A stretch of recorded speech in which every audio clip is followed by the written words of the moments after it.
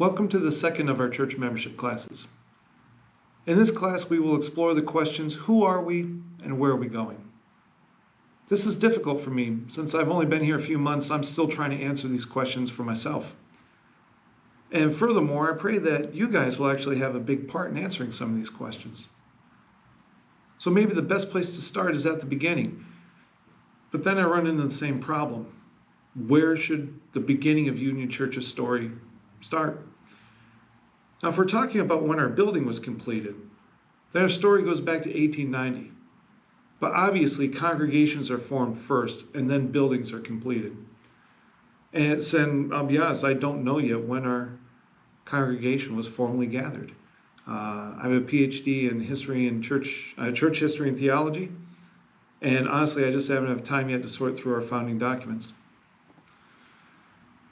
I do know that our church was founded as a congregational church and a member of the United Church of Christ for many years. However, as the 20th century unfolded, the UCC attached itself to liberal scholarship, which denied the authority of the scriptures and the divinity of Christ. So around the year 2000, the congregation here at Union felt called to break from the UCC so that it may stay true to their personal spiritual commitments, which included the power of the scriptures and a robust understanding of the Trinity. In short, our congregation made an intentional shift towards evangelical theological commitments. But this kind of illustrates the problem I have with defining the beginning of our story, because congregationalism wasn't always liberal. In fact, congregationalism is rooted in Puritan thought of the 17th century, which clearly affirmed a historic and orthodox Christianity. Congregationalism was given another voice by the subject of my doctoral dissertation, Jonathan Edwards. Edwards was a force in early American religious history. He demonstrated the central role the Word of God should play in our lives. He oversaw the Great Awakening. He started the American missions movement, and he gave a model of deep cultural engagement. So where does our story start? I would like to say that, as long as I'm here at least, we will reflect historically orthodox commitments such as the authority of the Bible, the divinity of Christ, and the need for personal conversion. Therefore, maybe it's more fair to say that our congregation today is more rooted in the spirituality of Jonathan Edwards than it is the liberal theology which dominated our more recent past. So who are we today? And this is actually a complex question. Our church has gone through some tough times the past couple of years due to unfortunate pastoral turnover and COVID, but I'm convinced that Union is positioned well to make the name of God great, both in our community and our world. We hold on to three central values: God, His Word, and His world. And these summarize the driving force behind who Union Church will be. We talk a lot about the glory of God here. And you might ask, why is this? Surely there are more practical things to discuss, right?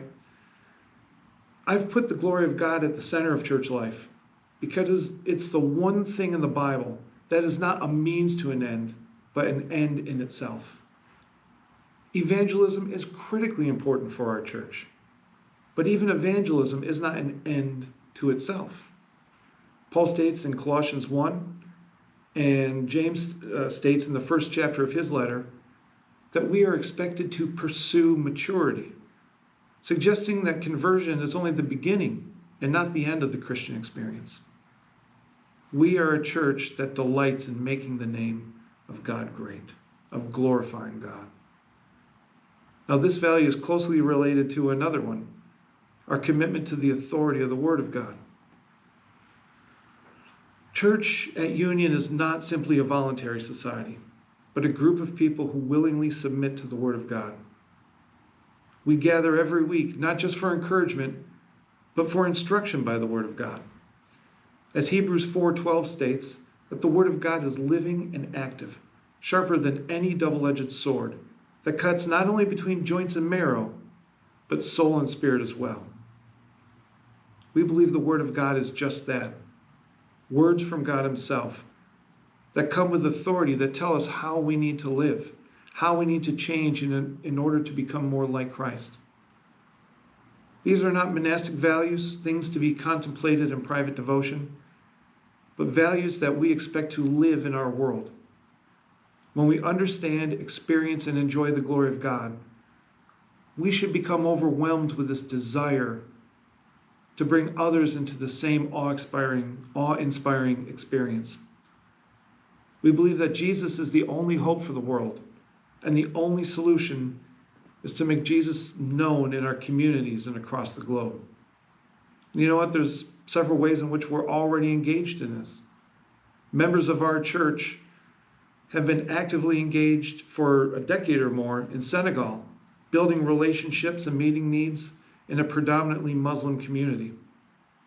Now, COVID has brought much of our local ministry to a standstill, but we're even now planning to relaunch these things, re-engaging our community.